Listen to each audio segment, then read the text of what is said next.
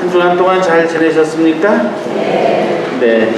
오늘은 연중 수분 24번째 주일입니다. 오늘 1독서 탈출기, 2독서 디모데후서, 3독서 복음이죠. 루카복음 이렇게 다 들었는데요. 또 오늘 본기도에서도 그렇고 오늘 이 전례의 주제는 하느님의 자비입니다. 하느님의 자비. 그래서 오늘 본기도에서도 하느님의 자비라는 그 말이 나옵니다. 그러니까 본기도는 그날 전례의 주제를 알려줍니다. 그날 주제의 핵심이 뭐냐? 오늘 본기도에서 이렇게 표현해 놓습니다. 여튼 하느님의 자비를 이렇게 이번 주는 우리가 묵상하게 되는데요. 오늘 루카복음 15장의 말씀 잠깐 묵상하겠습니다. 첫 번째 비유는 잃었던 양의 비유, 두 번째는 은전의 비유, 그 다음에는 돌아온 잃었던 아들의 비유, 이 세 가지 비유가 있습니다. 첫 번째 비유는 다른 복음에도 있어요. 유명하죠? 양의 비유, 잃었던 양의 비유요. 두 번째, 세 번째 이 비유, 특히 세 번째 비유는 루카복음에만 있습니다. 15장에. 아주 독특한 내용이고 신자가 아닌 사람도 알 정도로 굉장히 유명한 말씀이죠. 그래서 인류의 공동의 자산이라고 할 수 있는 이 하느님의 자비, 이 자비함이 어떠해야 되는지를 아버지를 통해서 이렇게 비유적으로 설명하고 있습니다. 그래서 잃었던 아들의 비유를 잠깐 묵상할 텐데요. 오늘은 이 잃었던 아들의 비유를 이렇게 그림으로 그린 화가가 있었습니다. 잘 안 보이시죠? 대강 보이실 겁니다. 제가 더 큰 걸 준비할 수도 있었는데 여기서만 듣고 집에 가서 이렇게 되새기지 않으면 소용이 없으니까 집에 가서 인터넷 검색하면 금방 나옵니다. 돌아온 탕자라는 이름을 갖고 있는 이 그림이에요. 유명한 그림입니다. 이 루카복음 15장에 잃었던 아들의 비유를 그림으로 그린 건데 이건 렘브란트 판 레이라는 네덜란드 화가가 그랬습니다. 빛의 화가라는 별명을 갖고 있는 이 화가인데요. 이분이 1606년에 태어나서 1669년에 세상을 떠났는데 마지막 해, 그 해에 이 그림을 그렸다고 합니다. 마지막 작품으로. 그런데 이게 아주 오늘 루카복음 15장의 말씀을 잘 드러낸다고 할 수 있겠습니다. 세상에서 가장 좋은 묵상 주제, 기도 주제는 성서죠, 그죠? 성서가 단연 뛰어나고 어떨 때는 음악, 어떨 때는 그림 이런 것도 필요합니다, 그죠? 우리 성당에도 그림이 있죠? 음악이 있고요. 그래서 이 종교에는 항상 음악과 이 그림이 함께 하는 것이죠. 왜 그러냐면 절대적인 존재, 보이지 않는 높은 가치를 인간이 말로 표현한다는 게 한계가 있으니까 이렇게 그림이나 노래나 이런 걸 통해서 이렇게 표현하는 것이라고 볼 수 있겠죠. 여하튼 자, 여기 보면 잘 보이시는지 모르겠지만 요 사람 보이죠? 무릎 꿇고 있죠? 누굴 것 같습니까? 작은 아들이죠, 그죠? 작은 아들이 여기 앞에 또 사람이 있죠? 누굴 것 같습니까? 아버지겠죠? 아버지 앞에 무릎을 딱 꿇고 있습니다. 아버지는 두 손으로 이렇게 아들을 잘 이렇게 받아주고 있고요. 여기 아들 오른발 보면 발에 때가 새카맣게 떼어 있습니다. 신발도 없어요. 그래서 아버지가 신발도 주고 그러죠, 그죠?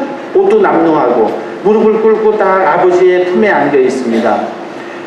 여기 보이시나요? 나중에 그 집에 가서 보세요. 여기 보면 아주 위험 있게 아주 멋있게 수염도 적당히 나고 멋있는 남자 한 명이 서 있습니다. 누굴 것 같습니까? 큰아들입니다. 큰아들. 항상 바르고 잘못도 잘 안 하고 항상 아버지한테 잘했던 아들. 아주 멋있게 아주 성실하니까 아주 옷도 깨끗하게 입고 얼굴도 아주 수염도 잘 깎고 이렇게 하고 있습니다.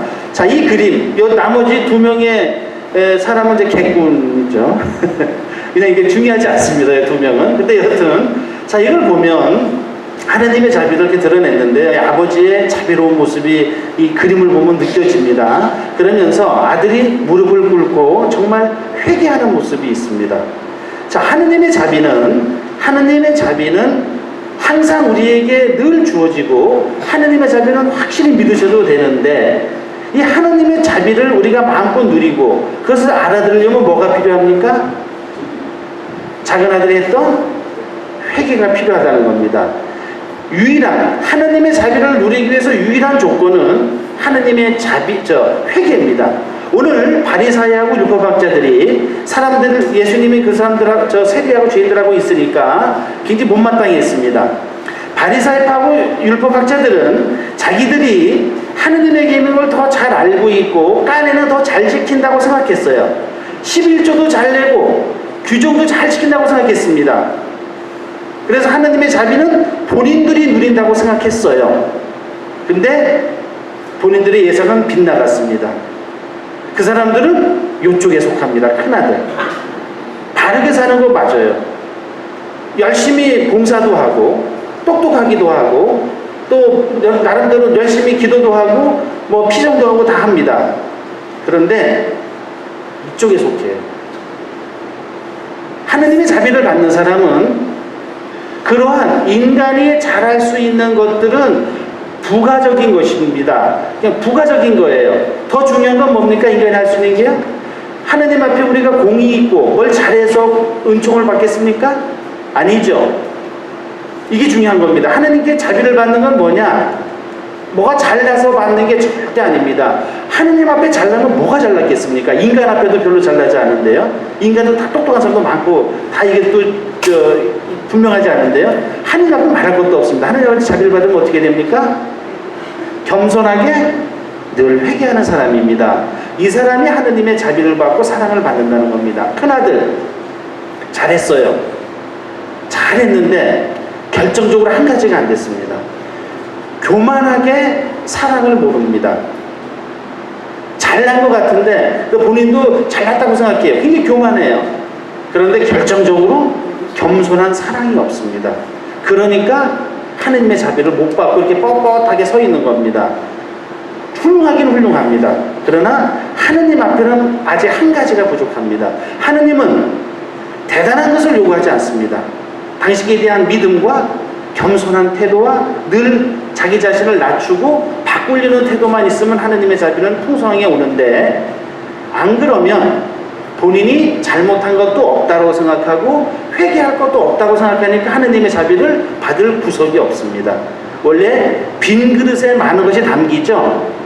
차 있는 그릇은 담을 수 있습니까? 없습니까? 없죠. 우리는 빈 그릇을 잘 만드는 것이 하느님의 자비를 잘 받는 거다라고 이렇게 한 번쯤 생각해 보시면 좋겠습니다. 물론 열심히 훌륭하게 지식도 쌓고 봉사도 많이 하시고 다 좋습니다. 근데 그거 갖고는 어린 반푼어치도 없다는 겁니다. 하느님 앞에는. 그 하느님 앞에 뭐가 얼마나 대단하겠습니까?